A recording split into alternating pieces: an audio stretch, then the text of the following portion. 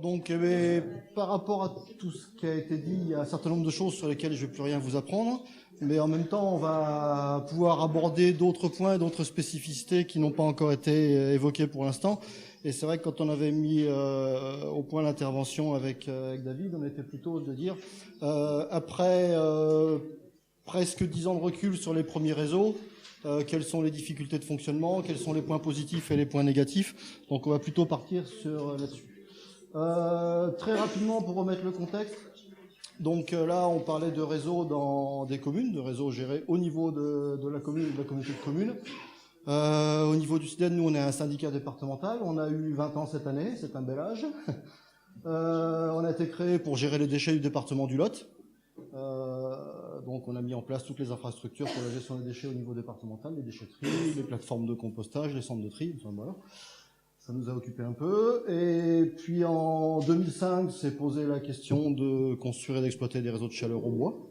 On a joué sur un biais juridique à l'époque pour développer ça, non pas en transfert de compétences avec les collectivités, mais simplement en considérant que, comme à l'époque on ne brûlait que du bois déchet, on a considéré que c'était une extension de la compétence déchets, la préfecture a rien dit, donc c'est parti comme ça pour démarrer. Depuis, on a pris vraiment, on a abordé le truc juridiquement, maintenant c'est fait. Mais ça nous a permis de démarrer.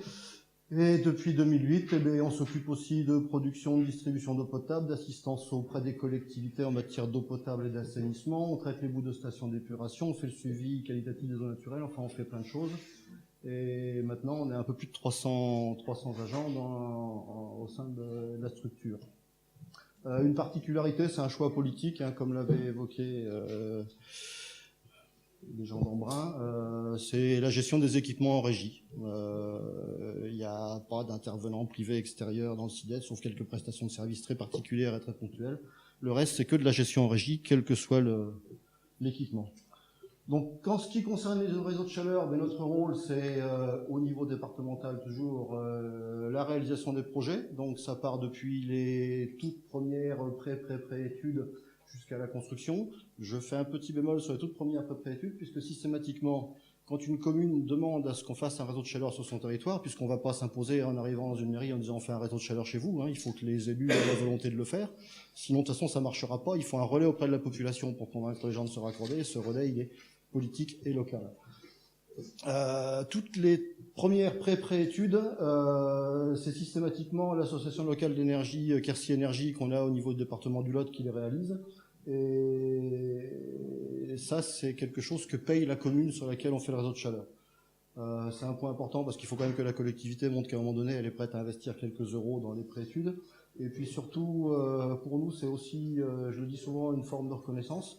Si Quercy Énergie n'avait pas bossé pendant 15 ans à ramer dans le désert pour convaincre les gens de faire des réseaux de chaleur au bois, le SIDET ne serait pas là où il en est aujourd'hui dans ce domaine-là. Et surtout, notre président de l'époque, qui est devenu président depuis, après un intérim à la tête du Conseil général, n'aurait pas construit un réseau de chaleur chez lui, dans sa commune, et n'aurait pas pris la mesure des choses en disant si on veut que ça se développe, c'est forcément une structure plus grosse, c'est pas une petite. Donc c'est un point important.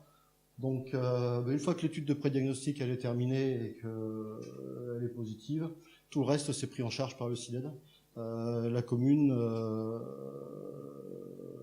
n'a plus rien à payer, entre guillemets, si ce n'est les factures d'énergie après, puisque quand tous les bâtiments publics appartenant à la commune qui seront raccordés au réseau deviennent des clients du réseau. Donc on assure la construction. Une fois que c'est construit, il faut gérer, donc il faut approvisionner, il faut entretenir, il faut maintenir. Je reviendrai là-dessus après parce que c'est un des points importants. Et puis on a construit, on a investi, donc il faut aussi assurer des recettes. C'est pas le tout de dépenser de l'argent, c'est d'équilibrer les comptes derrière. Donc on assure toute la facturation de l'énergie par le biais d'équipements de télérelève, puisqu'on va en parler après. On a un certain nombre d'abonnés quand même. Donc il y a une structure tarifaire avec un abonnement à un prix de l'énergie. Autre spécificité lotoise, c'est la péréquation. C'est-à-dire que quelles que soient nos activités, c'est le même prix pour le même service aux abonnés. Je dis bien le même prix pour le même service. C'est-à-dire que si on parle de l'abonnement, par exemple, on a 6 tranches tarifaires d'abonnement en fonction de la puissance des bâtiments raccordés. Donc tous les bâtiments qui ont la même puissance payent le même prix d'abonnement, ils payent le même prix de kilowattheure, puisque là aussi le prix du kilowattheure il est variable selon la taille des bâtiments raccordés. L'hôpital de Gourdon, il ne nous achète pas le kilowattheure au même prix que ça, c'est dans le cadre d'une péréquation. C'est là aussi vraiment une volonté politique. Donc aujourd'hui, on en est. Je m'aperçois en lisant la diapo que j'ai pas fait de mise à jour. C'est pas 15 MW, c'est 18 MW bois installés, puisqu'on démarre le dernier réseau la semaine prochaine. Donc on rajoute 3 MWh au bois. Un peu plus de 1000 abonnés, dont 500 logements sociaux. Bon, 11 000 tonnes de bois, on va passer à 15 000 cette année du coup. 35 km de réseau à gérer, 20 millions d'euros de travaux. Si on parle uniquement de fonctionnement, on a un budget de fonctionnement réseau de chaleur, puisque gestion en régie pour une structure comme la nôtre, c'est un budget spécifique, hein, c'est une compétence juridique, donc c'est un budget spécifique. Donc un budget de fonctionnement réseau de chaleur d'1,2 million, et avec un taux de couverture au bois en 2015, qui était de 96%. Je reviens sur les abonnés, une spécificité, bon, on a été les seuls pendant longtemps, mais c'est plus le cas maintenant, c'est bien, j'en suis très heureux. On raccorde sur 1000 abonnés, on va dire qu'on a une centaine de bâtiments publics de taille plus ou moins importante. Tout le reste, ce sont ou des logements sociaux ou des bâtiments privés. Quand je dis bâtiments privés, je m'entends, des maisons d'habitation privées. En allant pour les premiers réseaux qu'on a construits bien plus loin que le simple tracé du réseau, puisqu'on a desservi des lotissements entiers raccordés sur les réseaux de chaleur. Dans le cadre de l'étude de faisabilité, on propose aux gens, vous voulez vous raccorder, vous voulez pas vous raccorder. Si dans la rue, il y en a suffisamment pour que l'investissement s'équilibre et que tout fonctionne correctement, et on raccorde tout le monde. Donc 510 logements sociaux, parce que la moitié des abonnés, c'est historique également. Quand notre président a dit faudrait qu'on fasse des réseaux de chaleur, le principal bailleur social du lot, qui est Lot Habitat, a dit écoutez, considérez qu'à chaque fois que vous faites passer le réseau devant un de nos bâtiments, on se raccorde systématiquement, à la condition qu'on facture directement à l'abonné. C'est un point important parce que du coup, c'est nous qui récupérons les impayés, évidemment, puisque on a une convention, on a mis en place des systèmes de convention de facturation directe aux locataires. C'est-à-dire que même si en cas de vacance du logement, c'est le propriétaire qui assume les charges du réseau de chaleur, hein, éventuellement le chauffage hors gel, et puis dans tous les cas de figure l'abonnement, si le logement est occupé, dans ce cas-là, la facture, elle part directement à l'abonné. Donc bon, ça fait partie du jeu. On est quand même content sur un point de ce côté-là, c'est que Lot Habitat constatait un taux d'impayé de l'ordre de pratiquement 5% sur les factures d'énergie, et que nous, on n'est qu'à 2,5%. Donc bon, ça reste un point. On sait que il faut gérer, dans le cadre du calcul du prix du kilowattheure, à un moment donné, il faut intégrer le fait qu'il y aura 2,5% des recettes qui ne seront pas là, et qu'elles seront malheureusement encaissées par les autres. On a un réseau en cours de réalisation un peu plus petit, 800 kW, et puis on a deux projets plus gros qui, eux deux, totalisent un peu plus de 10 MW de puissance. Ça aussi, c'est sur des éléments, des évolutions conjoncturelles qui font qu'on est obligé d'aller par là. Sur les 13 réseaux, pour repréciser les choses, les deux plus petits font des puissances de chaudière bois qui sont de 350 kW. Le plus gros fait 3 MW, donc on a une typologie qui est un peu large, et bon, avec des types de matériel et du coup des types de combustibles qui sont pas forcément les mêmes non plus. Donc aujourd'hui, comment on gère tout ça? Sur toute la partie montage d'opération, on a un animateur, parce que quand on fait l'étude de faisabilité, il faut faire le tour, il faut aller voir les gens, il faut les rencontrer tous individuellement, il faut faire des simulations. Hein, c'est ce que disait monsieur tout à l'heure, c'est que que ça soit l'hôpital, la maison de retraite ou l'abonné lambda avec sa maison individuelle, à un moment donné, il faut aller le voir, c'est quoi votre facture, vous payez combien, ok. Bon, est-ce que vous avez tenu compte du fait que votre chaudière, quand vous allez la remplacer, vous en avez pour minimum 3 000 €, donc va durer 20 ans, ça vous fait 150 € par an. Bon, faut tout mettre d'équerre, et ça permet aux gens de comprendre et d'être plus intéressés à se raccorder. Un responsable de projet, évidemment. La partie exploitation, comme on fait tout en interne, on a un responsable d'exploitation, il y a une assistante pour gérer les plannings et tout le reste, tout ce que les autres n'ont pas le temps de faire, entre guillemets. 6 agents d'exploitation, 7 cette année, puisqu'on a recruté le dernier là, pour gérer spécifiquement le plus gros réseau. Une personne à temps plein pour le suivi clientèle, 1000 clients, c'est 1000 factures envoyées tous les 2 mois, les impayés à gérer, qui gère aussi toutes les réclamations clientèle, etc. Donc c'est vraiment une personne à temps plein.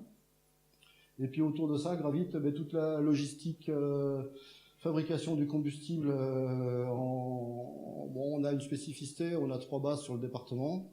Chaque base, c'est un centre de tri des déchets valorisables, c'est le cas de transfert pour gérer les OM, et des plateformes de compostage. Donc quand on a développé l'activité Bois Énergie, les plateformes de compostage, elles se sont un petit peu agrandies, puis elles sont devenues de facto plateformes de préparation du bois.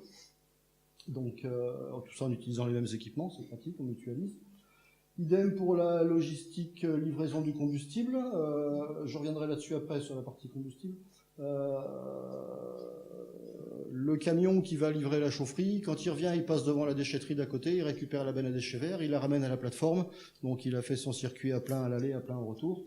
Donc ça va bien quand même. Après, on a tout un équipement de télésurveillance et de télérelève des chaufferies, parce qu'il faut bien voir ce qui se passe dedans. En fait, en gros, aujourd'hui, on est organisé, les agents passent dans chaque chaufferie une fois tous les 2 jours. Donc en gros, lundi, mercredi, vendredi.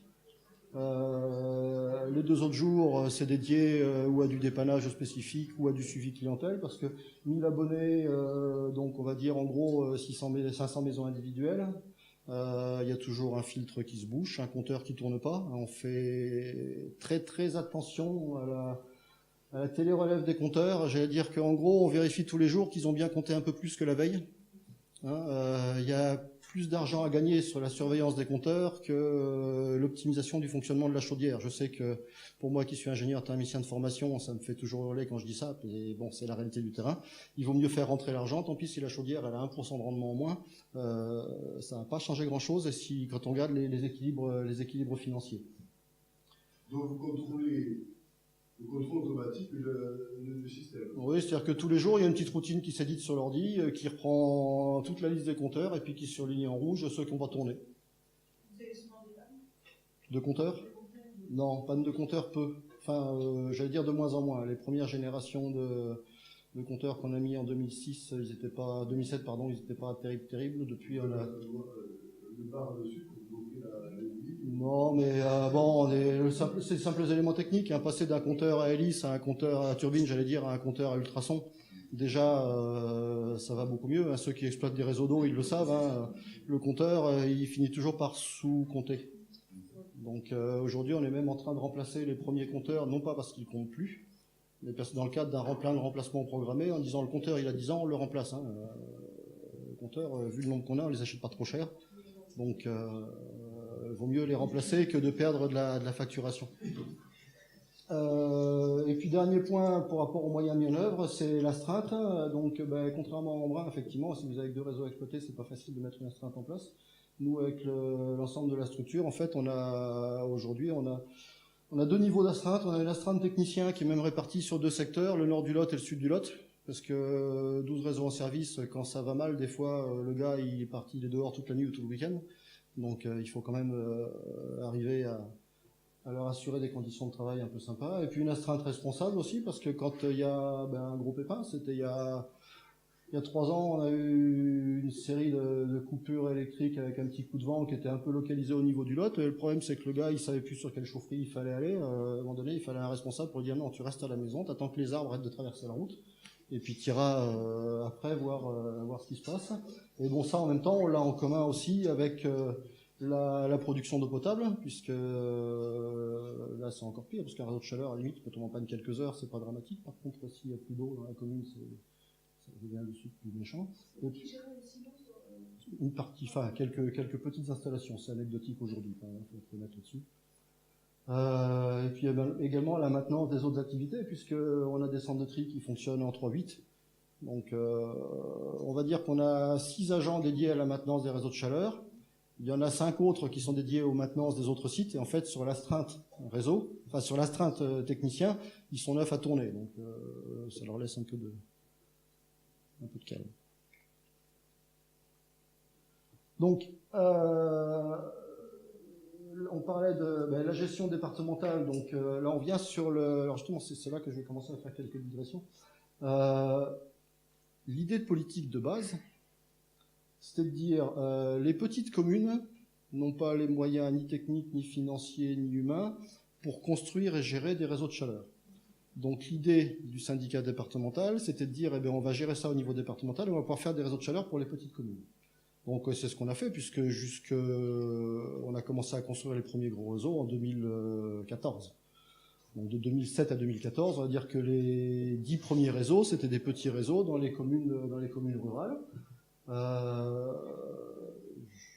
développerai ce point-là pour la suite.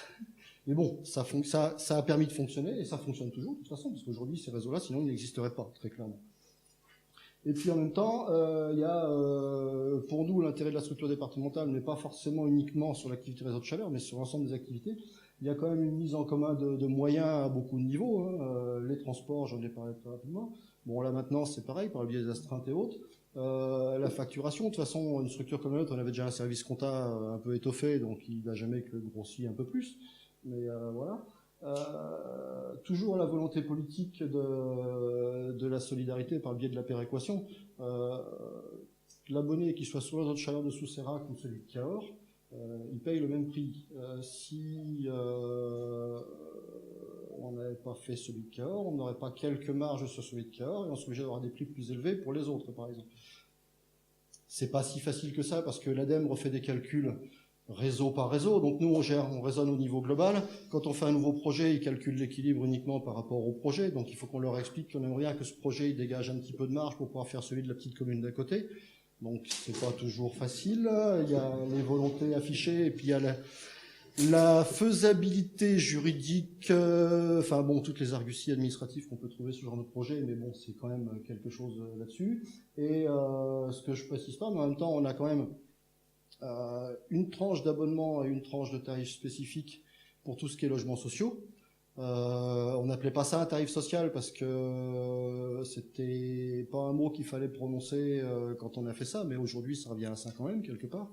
Un abonné d'un logement HLM sur nos réseaux de chaleur, il a un tarif d'abonnement qui est tout petit.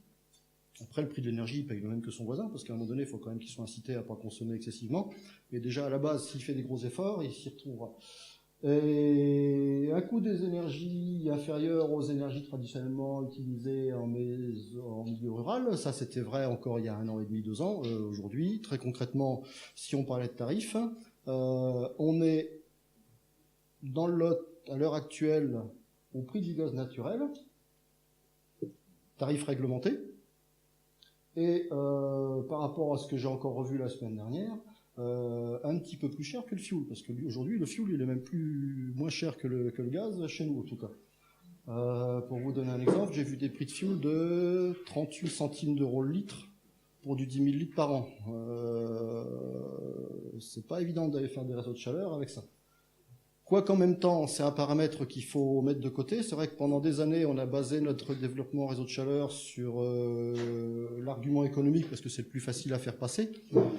Il y a des tas d'autres arguments qui arrivent derrière et qui aujourd'hui font qu'on a toujours beaucoup de demandes de raccordement sur les réseaux de la part des particuliers, alors qu'ils savent très bien que pour l'instant, ça va leur coûter plus cher, et puis qu'ils auront en plus les frais de modification de leur installation derrière pour au moins se raccorder à l'échangeur de chaleur. Parce que effectivement, le gars qui avait gardé sa chaudière fuel, qui s'était pas raccordé au réseau, sa chaudière qui est en panne le jour de Noël, et bien en gros, le plombier, il vient 3 jours après. Son voisin, il a un problème, il appelle le jour de Noël, il y a un gars qui est là dans l'heure qui suit. Le bouche à oreille dans les petites communes rurales, il marche, et il marche très bien par rapport à ça. Il y a cette notion de service derrière, de service public en plus. Et service public dans des zones rurales, quand ils partent tous, quand il reste un, on se raccroche un peu à ce qu'il y a.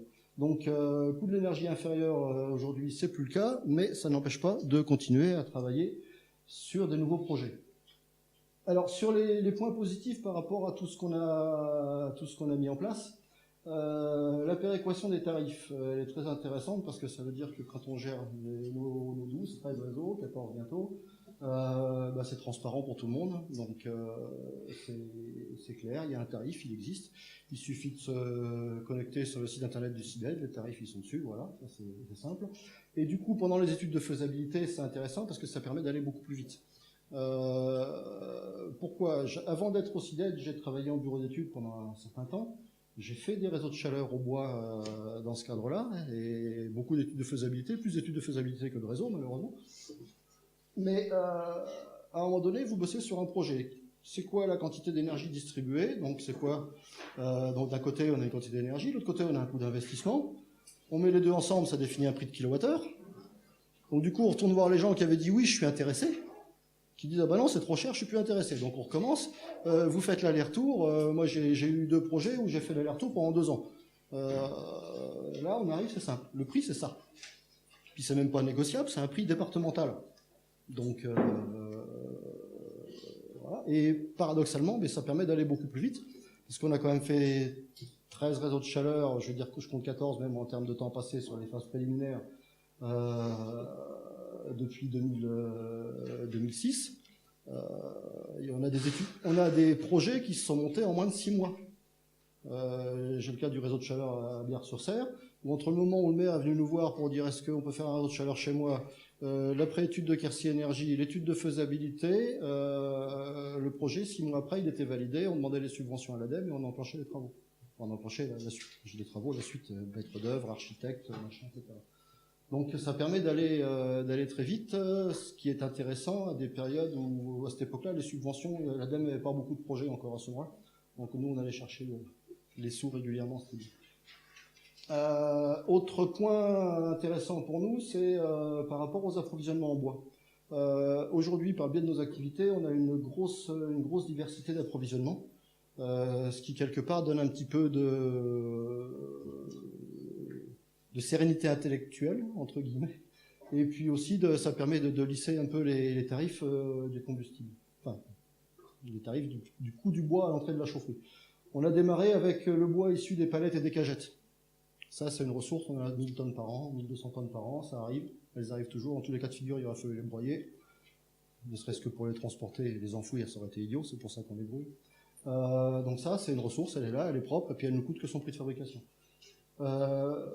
Les déchets verts, on a assisté avec tous les arrêtés qui interdisent de brûler les déchets verts chez les particuliers, etc. En 2005, on avait 5000 tonnes de déchets verts sur nos plateformes, aujourd'hui on en a 17 000. Donc on s'est posé la question d'aller voir dans les déchets verts s'il n'y avait pas une partie qui pouvait brûler. Si. Donc aujourd'hui on est en train de mettre en place, extraire des déchets verts la fraction combustible. Ça c'est pareil, c'est des choses de déchets verts, il arrive, de toute façon il va falloir le broyer pour le composter. À la fin de la phase de compostage, il faudrait le cribler. Donc là, en gros, on va le cribler à un moment intermédiaire, on va garder la grosse fraction, on va sortir la fine. En même temps, s'il a commencé, entre guillemets, à fermenter pendant 3 semaines, il a suffisamment séché pour qu'on puisse extraire la fine. Après, on le stocke, il est fini de sécher, on le livre en chaufferie. Donc, mine de rien, ça fait 4000 tonnes de bois qui viennent de là par an, c'est intéressant. Tout ce qui est bois d'élagage de bord de route, ça c'est un partenariat avec le conseil départemental. Le conseil départemental passe devant avec son lamier, nous on suit derrière avec le broyeur. Donc là aussi, c'est 2000 tonnes de bois par an. On attend que ça se calme au niveau des réorganisations des Comcom et autres pour voir s'il y a moyen de développer ça au niveau des voiries communales ou intercommunales. C'est là qu'il y aura des choses qu'il faudra qu'on voie. Il est présent dans la salle, il y a les gens de ferme de Figeac qui travaillent bien là-dessus aussi. Un jour, on arrivera peut-être à mettre en place un système pour travailler ensemble là-dessus. Et puis après, effectivement, on achète du bois, forcément. Aujourd'hui, on brûle 11 000 tonnes de bois par an, il m'en manque. Donc, il y a les plaquettes de scierie, et puis de la plaquette forestière. Et en fait, on a des tarifs de bois qui sont très différents, qui permettent de faire un melting pot. Il nous arrive d'acheter de la plaquette à pratiquement, on va dire, 30 € le mégawattheure passé partout. Il faut bien, c'est ce qu'il disait tout à l'heure, il faut rémunérer le propriétaire forestier. À un moment donné, si on veut que la filière bois se développe, il faut que ça soit rentable pour le propriétaire de couper son bois. Pour en faire d'abord du bois d'œuvre, on est d'accord, mais après récupérer le reste en bois d'énergie. Donc ça, c'est des points importants. Et puis donc là, voilà, ça permet d'avoir quand même une relative stabilité des prix du bois, et même si le prix du bois qu'on achète augmente, il y a une partie qu'on maîtrise, et pour l'instant, on est sur un équilibre près 50-50, qui fait que ça va à peu près bien. Et puis après, effectivement, c'est toute la partie logistique, mise en commun des moyens, quoi. Donc ça, c'est un point qui permet aussi de ramener des coûts de revient intéressants. Les difficultés. Alors, il y en a un certain nombre. C'est plus aussi facile aujourd'hui que ça l'était il y a 6 ans de ça. L'évolution des règles de financement avec l'ADEME. Le fonds chaleur, il impose une densité thermique de 1,5. Bon, il s'est un peu assoupli Il a dit qu'on pouvait quand même faire des projets 1. Ceci dit, je vous invite à discuter avec l'ADEME avec un projet avec une densité thermique de 1,25. C'est pas facile. Donc ça veut dire moins de petits projets en zone rurale. Ça c'est clair. Il y a des projets qu'on aurait pu faire il y a quelques années qu'on refera plus du tout aujourd'hui. Concrètement, oui. Ouais, bien que on parle de densité linéaire, quand on réalise des investissements, après il y a la notion de prix. En fait, je ne suis pas sûr qu'en fait ça soit valable en termes d'investissement. Après, ça dépend si vous réalisez en propre d'investissement, vous avez du coup, je veux dire, du crédit, mais sinon, clairement, pour une petite municipalité, réaliser un réseau de chaleur avec une densité inférieure à 5, je pense que c'est un peu tendu actuellement. Et nous, aujourd'hui, on a 10 réseaux qui ont une densité inférieure à 0,9. On en a 4 qui sont à 0,6 de densité. C'est quoi économiquement?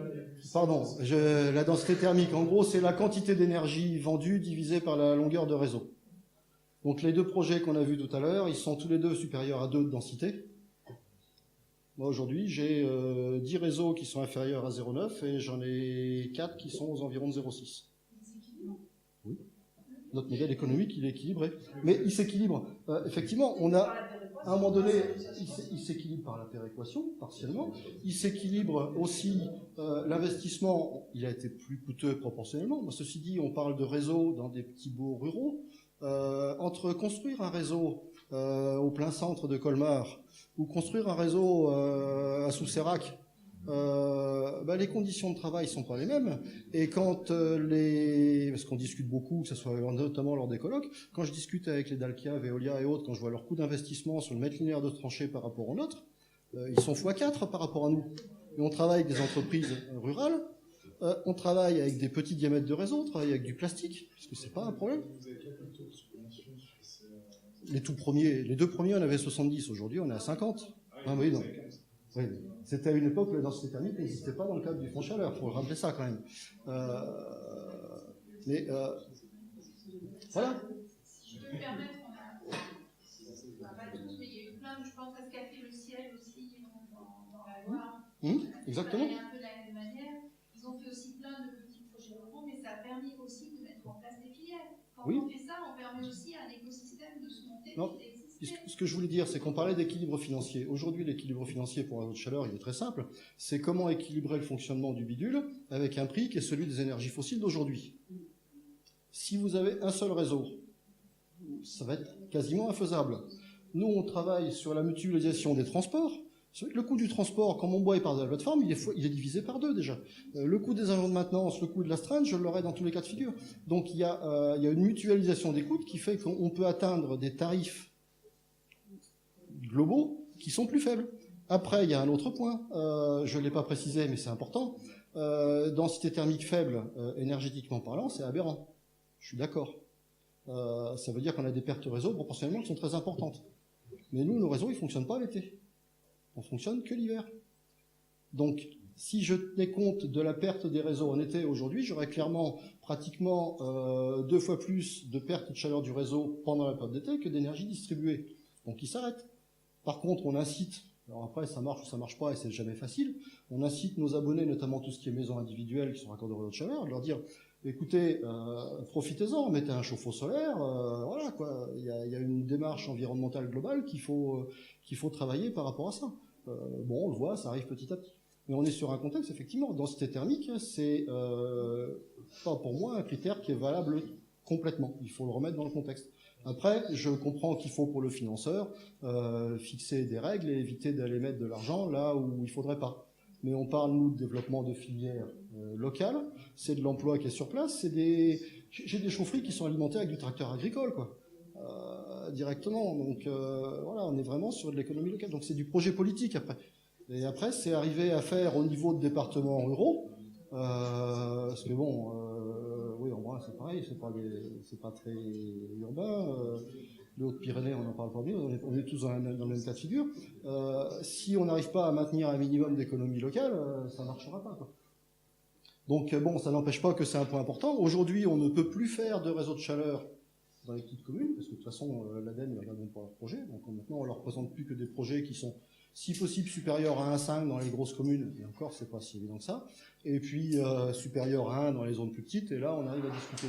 L'autre point, si vous voulez raccorder des particuliers à un réseau de chaleur, particuliers en zone rurale, les maisons de bourg, donc en gros, vous avez 10 mètres de tuyaux, une baraque, 10 mètres de tuyaux, une baraque, 10 mètres de tuyaux.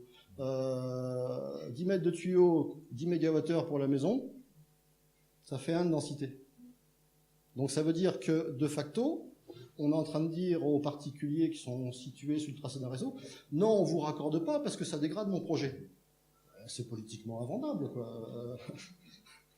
Donc c'est des choix, oui, c'est des choix, et on les assume. Alors effectivement, pour ça que j'ai dit que ça fait partie des difficultés, parce que ça nous complique la vie, mais bon, ça fait partie des points qu'il faut voir. Autre point important aussi, c'est toutes les évolutions réglementaires. Filtration des fumées, traitement des cendres, machin, etc. etc. Les premiers réseaux qu'on a construits, la règle à l'époque c'était 150 mg par mètre cube pour les fumées, donc on était à 150. Même si on sait bien qu'avec un multicyclone et une chaudière bien réglée, on est plutôt à 60. Nous, c'est les mesures qu'on faisait, on arrivait à ces valeurs-là. Ce qui n'empêche pas qu'il va falloir quand même que je ressorte dans les 3 ans qui viennent, parce que normalement c'est le 1er janvier 2018, mais bon, de toute façon on n'en sera pas capable.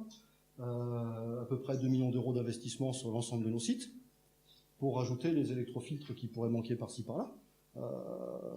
Ça, aujourd'hui, si les énergies fossiles avaient un tarif, ce qu'on espérait il y a encore quelques années, alors il suffirait qu'on augmente légèrement nos tarifs pour pouvoir le financer, puisque ça faisait en gros, ça représentait de mémoire 5 € du mégawattheure. Bon, 5 € du mégawattheure sur un prix global, chaleur, abonnement compris, qui tourne aux environs des 85-90, bon,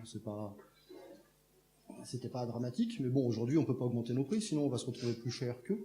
Bon, c'est difficile à faire passer. Donc, tout ça, déjà, ça fait des petits points qui font que les choses sont pas faciles. Et parallèlement à ça, mais, dans la mesure où on a un tarif départemental qui est déjà fixé, il faut qu'on arrive à caler les nouveaux projets avec ce même tarif. Or, le coût des projets, lui, il a sérieusement augmenté. Parce qu'il a fallu rajouter des électrofiltres, parce que les règles ICPE, si vous lisez bien les textes, ne sont pas simplifiées, de très loin de là. Et puis nous, on a la chance dans le Lot d'avoir des DREAL qui sont très très actifs, donc ils passent leur temps chez nous. Ils trouvent rien, mais ils reviennent, donc bon, c'est agaçant au bout d'un moment. Donc, mais il faudrait qu'on puisse augmenter logiquement le coût de l'abonnement, pour répercuter la partie amortissement des investissements là-dessus. C'est pas facile à justifier pour celui d'un réseau de chaleur qui a été construit il y a presque 10 ans maintenant. Donc c'est pas, voilà, c'est un peu compliqué. De la même façon, on a commencé à faire nos réseaux dans des zones où il y avait que du fuel. Le Lot, gaz naturel dans le Lot, c'est Cahors et Figeac en gros, pour schématiser. Donc quand on a commencé à construire nos premiers réseaux de chaleur, on était moins cher que le fuel, mais plus cher que le gaz. Les évolutions du prix de gaz, le gaz il a monté comme le reste, ce qui fait qu'arrivé à un moment donné, ça a croisé, et on s'est retrouvé au même prix ou moins cher que le gaz naturel. Et à ce moment-là, on a des élus de communes, notamment Cahors, qui étaient chauffés, avec beaucoup de gaz naturel, qui ont dit, est-ce que vous voulez pas vous créer un réseau chez vous? Bon, ben oui, si, on peut, mais le prix du gaz, il a refait ça encore plus que le fuel.